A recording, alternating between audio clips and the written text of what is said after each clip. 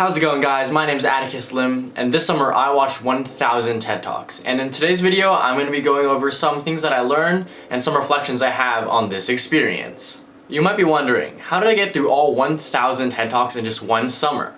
Well, my secret was speeding up the talks. I watched them at 4 different speeds. 1x, which is just normal speed, 1.5x, which is just 50% faster, 2x, twice as fast, and 4x, 4 times as fast, which is actually not too fast if you can get used to it. The talks that I watched at 1x speed or normal speed were musical performances, and I did this because you don't get the same experience listening to a song when it's sped up, so why do it for a live performance of one? For the ones that I watched at 1.5x, I watched because either the speaker had a super strong accent and it was super hard to understand at 2x or above, or I was easing into 2x to 4x. I watched a majority of my talks at 2x. This is because this is the perfect middle ground between 1 and 4, where it's not too fast but also not too slow. My final and fastest speed was 4x. I could only really watch talks where the speaker had perfect English, because if they had an accent, 4x was slightly too fast. Another thing that you might be wondering is, what else did I gain besides a lot of information on a really broad variety of topics? Well, I know exactly what makes a really good presentation, both through actions and content-wise. The second thing that I gained or improved upon was my ability to summarize. I can now take literally any 30-minute video and put it down into a 1 to 2 minute summary. The third and possibly most important thing that I gained was a huge boost in intellectual vitality. Now, when I look at a problem, I think about it from every single perspective possible, which gives me a better idea of how to solve it.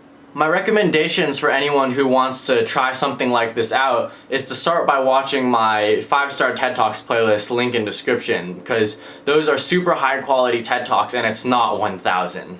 Something that I noticed when watching 1000 TED Talks were that there were some reoccurring stereotype talks. There was the 70-year-old man who was giving his spiel on his life's work in a super bizarre, odd, specific, unique category that was totally random.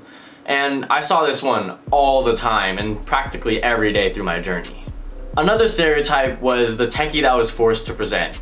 This would be someone who would have some super cool revolutionary piece of tech that he wanted to showcase, but he did not have the speaker skills whatsoever, so when he's up he'd look super awkward and not natural at all, and it might ruin the experience for the audience trying to see what this cool thing is. One not really stereotype but a reoccurring presentation was the super empowering woman. TED actually does a really good job of picking the most empowering women to give talks about things like equal representation and other things in society, which is super crucial in today's world.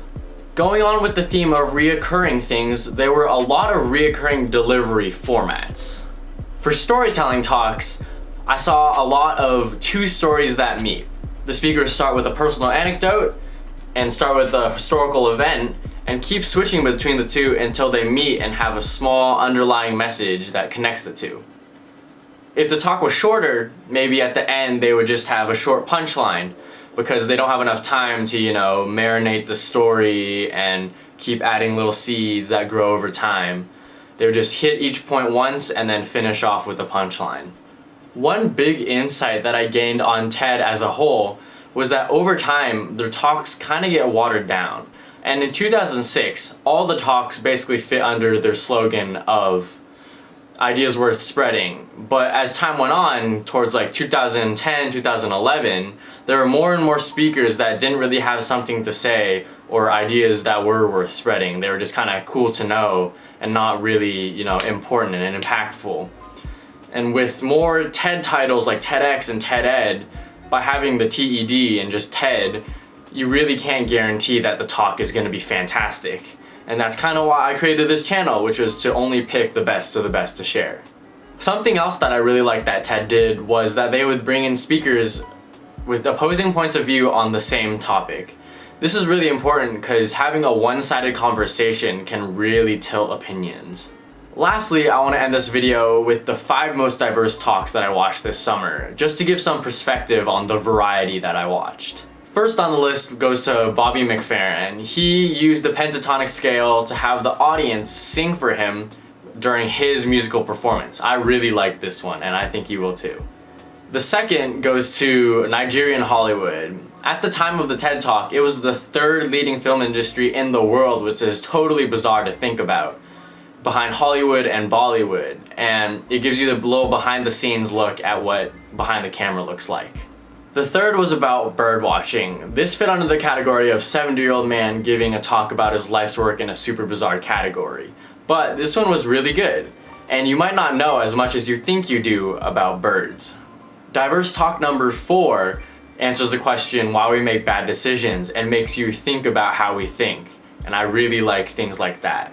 The last diverse TED Talk goes to Aimee Mullins, who once was viewed as someone who had a disability and no legs, but later was viewed with someone with uncapped potential in the category of self-expression, because she could have expressive or functional legs that could be totally unique. If you want to check out any of these 5, feel free to check the link in the description. I'll put them down below. Anyways, those are just some of my reflections and things that I learned from this experience of watching 1,000 TED Talks. If you enjoyed the video and want to see more things like this, feel free to like and subscribe. Have a wonderful rest of your day, and I'll see you next time.